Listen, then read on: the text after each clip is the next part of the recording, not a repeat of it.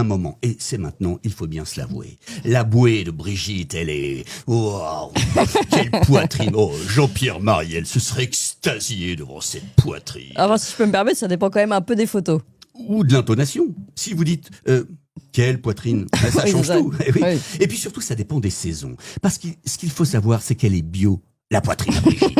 Elle suit le rythme des saisons. À maturité, ce sont des pomelots, des melons de Carpentras. En hiver, des baies de goji, plutôt des stèles de Carpentras, avant ou même après profanation. Et puis ces jambes qui firent dire au célèbre couturier Karl Lagerfeld, peu de temps avant de mourir, qu'elles étaient les plus belles de Paris. Et je vous interdis, Clémence, de laisser entendre que Karl eût pu être frappé de sénilité. Non. Lui, qui légua pour le bien-être de Choupette, sa chatte de Birmanie, 1/8 des 200 millions de son héritage. Soit pour ainsi dire presque autant qu'à son minet Baptiste Giabiconi, qui lui en reçut 50 millions. Comme quoi, ça rapporte de se laisser caresser dans le sens du poil.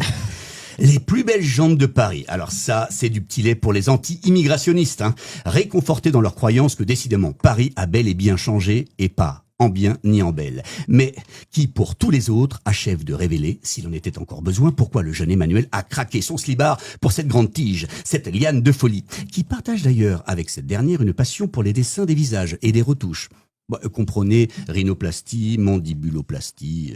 Et si l'on ajoute à ce physique hors norme, c'est peut-être la meilleure celle-là, une vivacité intellectuelle, ainsi que tout un tas de qualités dont il suffit de lire Voici pour en mesurer l'énormité, on aura compris que le petit prodige mozarto-amiénois n'avait, en somme, aucun moyen d'échapper à ses raies tendues.